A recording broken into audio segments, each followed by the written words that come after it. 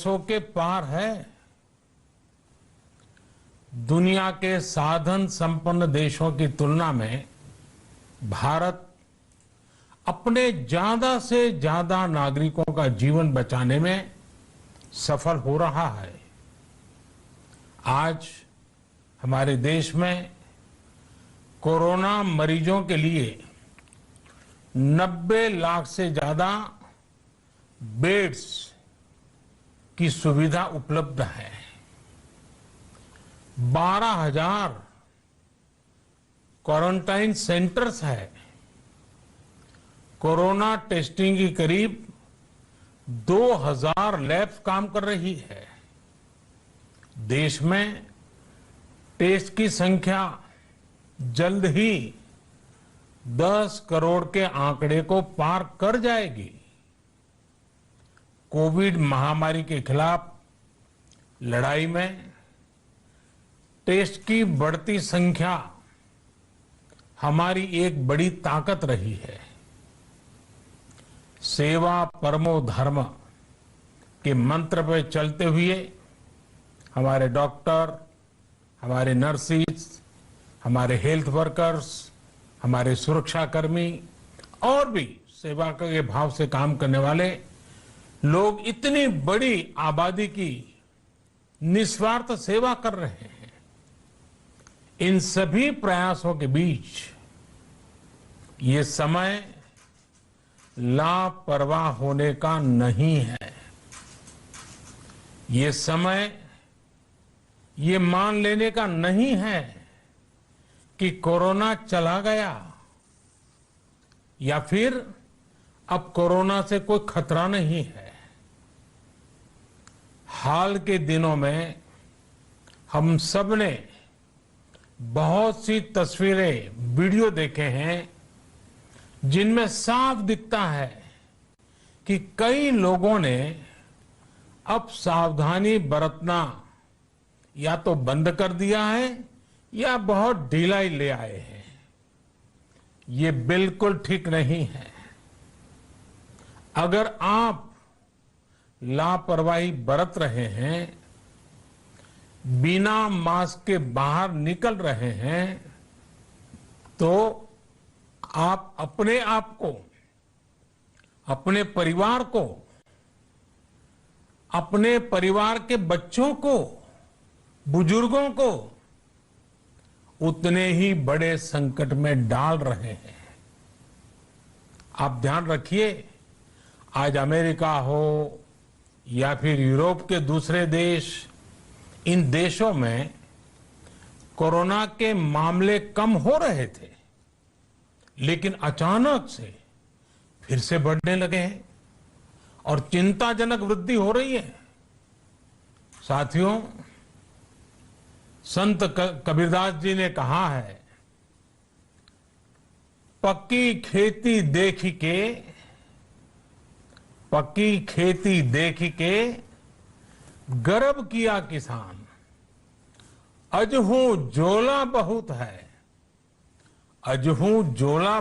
है, घर आवे तब जान।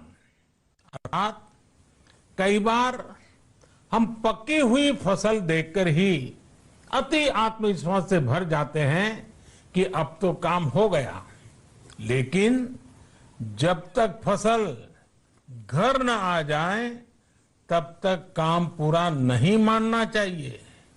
यही कबीरदास जी कह के गए हैं। यानी जब तक सफलता पूरी न मिल जाए, लापरवाही नहीं करनी चाहिए। साथियों, जब तक इस महामारी की वैक्सीन नहीं आ जाती, हमें कोरोना से अपनी लड़ाई को रत्ती भर भी कमजोर नहीं पड़ने देना है। बरसों बाद हम ऐसा होता देख रहे हैं कि मानवता को बचाने के लिए युद्ध स्तर पर पूरी दुनिया में काम हो रहा है। अनेक देश इसके लिए काम कर रहे हैं। हमारे देश के वैज्ञानिक भी वैक्सीन के लिए जी जान से जुटे हैं। भारत में अभी कोरोना की कई वैक्सीन पर काम चल रहा है। इनमें कुछ एडवांस स्टेज पर है, आशास्पद स्थिति दिखती है। साथियों, कोरोना की वैक्सीन जब भी आएगी वो जल्द से जल्द प्रत्येक भारतीय तक कैसे पहुंचे, इसके लिए भी सरकार की तैयारी जारी है। एक एक नागरिक तक वैक्सीन पहुंचे, इसके लिए तेजी से काम हो रहा है। साथियों, रामचरितमानस में बहुत ही शिक्षाप्रद बातें हैं, सीखने जैसी बातें हैं, लेकिन साथ साथ अनेक प्रकार की चेतावनियां भी हैं। जैसे रामचरितमानस में बहुत बड़ी बात कही गई है, रिपु रुज पावक पाप। रिपु रुज पावक पाप प्रभु अहि गनीय न छोट करी। अर्थात आग, शत्रु, पाप यानी कि गलती और बीमारी, इन्हें कभी छोटा नहीं समझना चाहिए। जब तक इनका पूरा इलाज न हो जाए, इन्हें हल्के में नहीं लेना चाहिए। इसलिए याद रखिए, जब तक दवाई नहीं तब तक ढिलाई नहीं।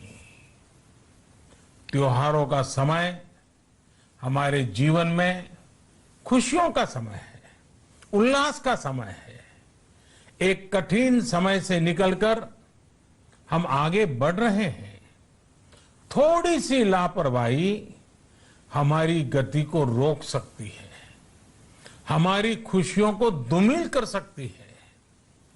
जीवन की जिम्मेदारियों को निभाना और सतर्कता, ये दोनों साथ साथ चलेंगे, तभी जीवन में खुशियां बनी रहेगी। 2 गज की दूरी, समय समय पर साबुन से हाथ धुलना और मास्क लगाना, इसका ध्यान रखिए। और मैं आप सबसे करबद्ध प्रार्थना करता हूं, आपको मैं सुरक्षित देखना चाहता हूं, आपके परिवार को सुखी देना चाहता हूं। ये त्योहार आपके जीवन में उत्साह और उमंग भरे, ऐसा वातावरण चाहता हूं। और इसलिए मैं बार बार हर देशवासी से आग्रह करता हूं।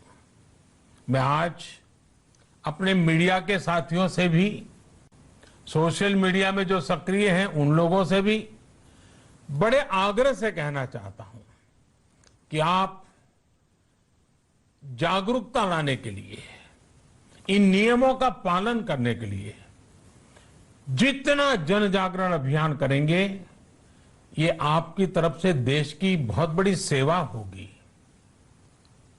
आप जरूर हमें साथ दीजिए, देश के कोटि कोटि जनों को साथ दीजिए। मेरे प्यारे देशवासियों, स्वस्थ रहिए, तेज गति से आगे बढ़िए और हम सब मिलकर के देश को भी आगे बढ़ाएं। इन्हीं शुभकामनाओं के साथ नवरात्र, दशहरा, ईद, दीपावली, छठ पूजा, गुरु नानक जयंती समेत सभी त्योहारों की सभी देशवासियों को एक बार फिर से बहुत बहुत बधाई देता हूं। धन्यवाद।